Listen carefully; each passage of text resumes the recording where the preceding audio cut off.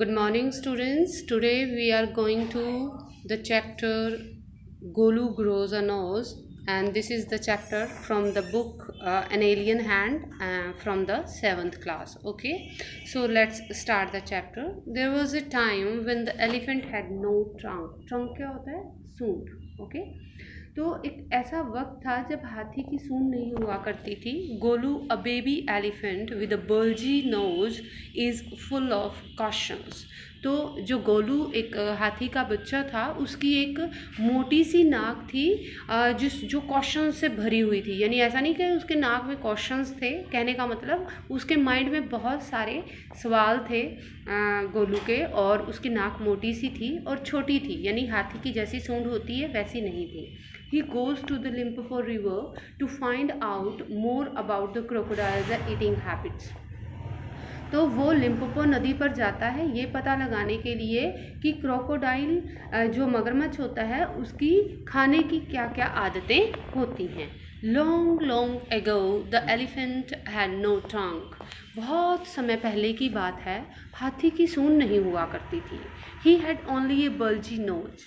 उसकी एक मोटी सी नाक होती थी. As big as a boot. इतनी बड़ी जैसे कि कोई बड़ा सा जूता होता है. He could wiggle it from side to side.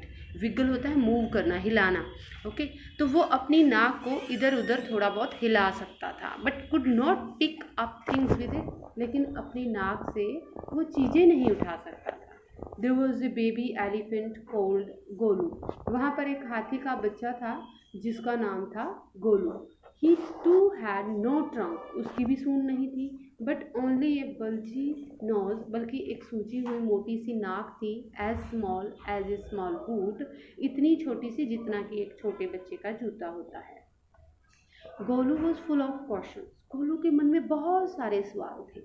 He asked his tall aunt the ostrich. Ostrich होता है शतुरमुर्ग. तो उसकी एक आंटी थी गोलू की जिसका नाम था ऑस्ट्रिच, और लंबी सी अपनी आंटी को कहता, why don't you ever fly like other birds. कि तुम दूसरे पक्षियों की तरह उड़ती क्यों नहीं हो. तो ऑस्ट्रिच से उसने सवाल पूछा कि बाकी पक्षियों की तरह तुम उड़ती क्यों नहीं हो.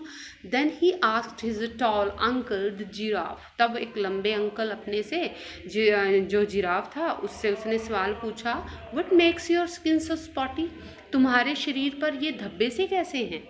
ही आस्क्ड हिज ह्यूज अंकल. फिर उसने अपने बड़े से अंकल से पूछा, द हिप्पोपोटामस. तो जो उसका अंकल था hippopotamus, why are your eyes always so red. तुम्हारी आंखें हमेशा लाल क्यों रहती हैं. He asked his hairy uncle. फिर उसने अपने एक बालों वाले अंकल से पूछा, द बबून. बंदर की प्रकार का होता है एक. तो उसने बबून अंकल से पूछा, why do melons taste like melons. कि बबून मुझे ये बताओ खरबूजों का स्वाद खरबूजों जैसा क्यों होता है. The ostrich, the giraffe, the hippopotamus and the baboon had no answers to Golu's questions. अब गोलू के इन सवालों का उन सभी के पास कोई जवाब नहीं था. Golu is a naughty baby. Golu बहुत ही शरारती बच्चा था. दे सैड. वो अक्सर यही कहते थे, सारे जानवर क्या कहते थे, गोलू बड़ा नॉटी है. He ask such difficult questions. और सारे कहते थे कि अरे कितने मुश्किल सवाल पूछता है ये. One day Golu met the myna bird sitting in the middle of a bush. Bush होता है झाड़ी, थिक, जहाँ बहुत घने से छोटे छोटे पेड़ पौधे उगे होते हैं और उनमें कांटे होते हैं थोड़े बहुत. One day Golu met the myna bird sitting in the middle of a bush. एक दिन गोलू ने झाड़ियों के झुंड के बीच में एक मैना पक्षी को बैठे हुए देखा. उससे मिला. ही आस्क्ड हिर और हर. और उसको जाके बोला, what does the crocodile have for dinner. कि मैना मुझे बताओ ज़रा कि जो मगरमच्छ हैं वो रात के खाने में क्या खाते हैं. The myna said, go to the banks of the great grassy Limpopo river and find out. Banks क्या होता है, किनारा. ओके तो मैना ने कहा, तो तुम उस विशाल घास वाली बड़ी उस लिम्पोपो नदी पर खुद ही जाओ, उसके किनारे पर जाओ एंड फाइंड आउट. खुद ही पता कर लो ना कि वो क्या खाते हैं. Golu went home. गोलू घर गया. ही टुक 100 शुगर केन्स. उसने अपने साथ में कितने गन्ने लिए, 100 गन्ने लिए. 50 डजन बनाना. साथ में 50 दर्जन. 50 दर्जन का मतलब तकरीबन 600 केले लिए. And 25 melons. और साथ में 25 मेलन्स यानी खरबूजे भी ले लिए खाने के लिए। Then he said to his family goodbye, फिर उसने अपने परिवार को अलविदा बोला। I am going to the great grassy Limpopo river, और उसने अपने परिवार को बोला कि मैं उस बड़ी विशालकाय घास वाली लिम्पोपो नदी पर जा रहा हूँ। I will find out what the crocodile has for dinner, वहाँ मैं ये पता लगाऊंगा कि जो मगरमच्छ है वो रात के खाने में क्या खाते हैं। He had never seen a crocodile, आज से पहले उसने क्रोकोडाइल तो देखा ही नहीं था। and did not know what one looked like, और उसको पता भी नहीं था कि मगरमच्छ दिखते कैसे हैं।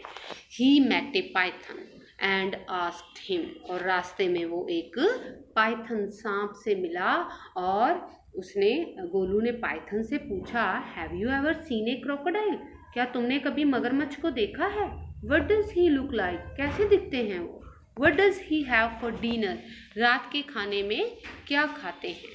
तो with it the python uncoiled himself, अब उसने ये इतने सारे सवाल उससे सांप से पूछ तो लिए मगरमच्छ ने, तो वो उसके बाद python uncoiled himself from the branch of a tree, तो पेड़ की जिस टहनी पर वो सांप कुंडली मारे बैठा था उसने अपनी कुंडली खोली। अनकोल्ड होता है कि उसने अपने आप को लपेटा हुआ था, उसको खोलना।